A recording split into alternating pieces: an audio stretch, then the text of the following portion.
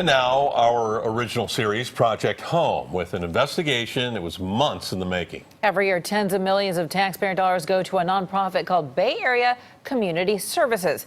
They boast a high success rate of finding permanent housing solutions for the homeless. But as Susie Steimle uncovered, the numbers simply do not add up. And she spoke with dozens of people who say this program put them back on the street.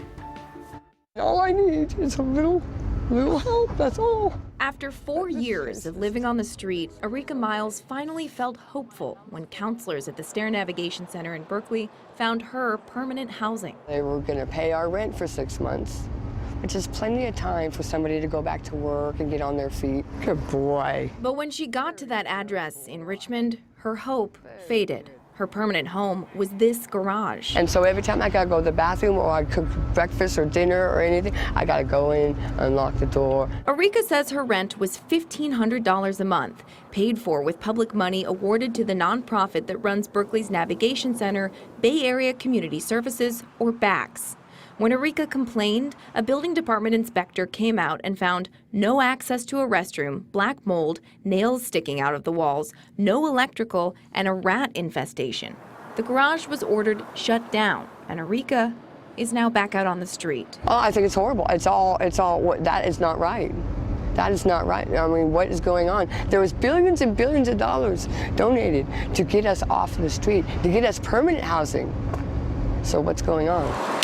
James Cartmill's permanent placement through the STAIR program isn't working out either. That's not a permanent situation, and it's continued turmoil. BACS placed him and his wife in a small room in this San Leandro home along with 6 other tenants and a live-in host. Taxpayer money given to BACS paid this bill too. According to James's contract, the money goes to a company called Second Chance at Life Independent Living. At last check, it's not licensed to do business in San Leandro.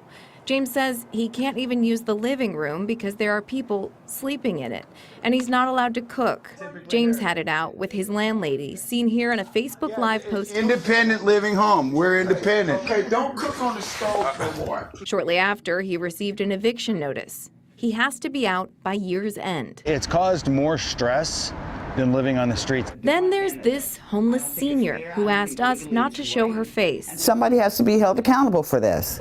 BACS placed her in a room in this house in Stockton for $850 a month. I think it's absolutely ludicrous for anyone to even want to even spend that type of money when they can find themselves a studio, especially out here in Stockton. She's right. We looked on Zillow and found plenty of studios for about the same price. Once again, taxpayers paid the $850 a month here as well.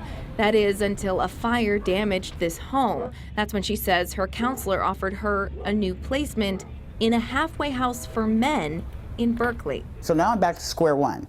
So I'm going to be sleeping in my car. BACS was awarded nearly $5 million from the city of Berkeley to run the STAIR program here on 2nd Street through next year. And in its contract with the city of Berkeley, BACS promises a 75% success rate of getting homeless clients into permanent housing.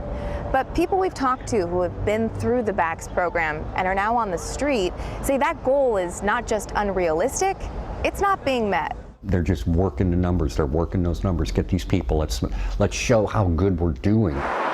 Michael Zint is the founder of First They Came for the Homeless, a self-run, drug-free homeless camp in Berkeley. As an activist, he hears from people on the street every day who tell him permanent housing is anything but. They don't need a palace. You know, what they need is their own space. And this is one of the biggest things I've been trying to tell people is if you want somebody to start recovering from everything that's going on in the streets, you need to give them their own space. They need privacy. They need security of their possessions.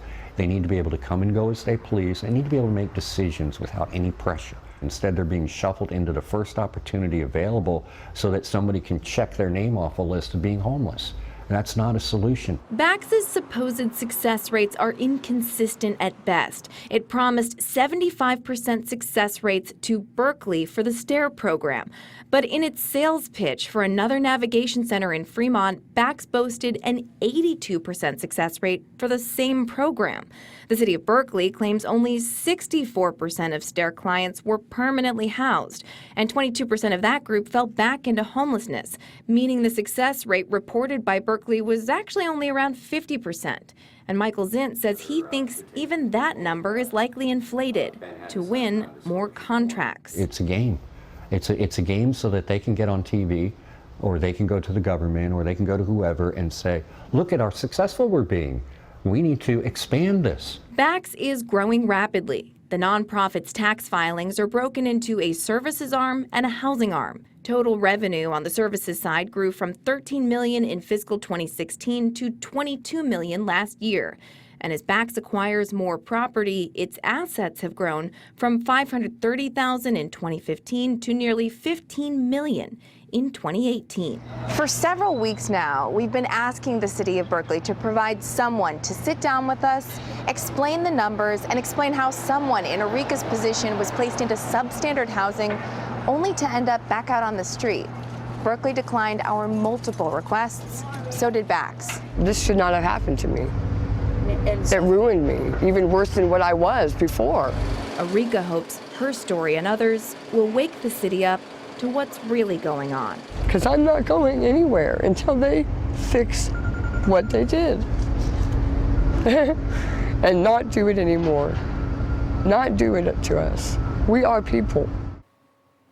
The city of Berkeley and BACS sent us brief statements saying that they take any allegations very seriously. We have posted those statements on our website.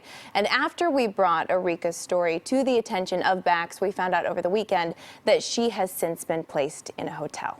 So, Susie, BACS is expanding. Have you heard from other BACS clients, maybe outside of Berkeley? So we're looking into that as well. We've talked with nearly 24 people who are BACS clients in Oakland, and that group of BACS clients is actually organizing, and they're asking that both Berkeley and Oakland audit BACS to see that the money is being spent appropriately. So we'll be looking into that as well. Yeah. Susie, thank you. Well, keep sending your stories and ideas to projecthome@cbs.com, and you can see all of Susie's reporting on our website as well.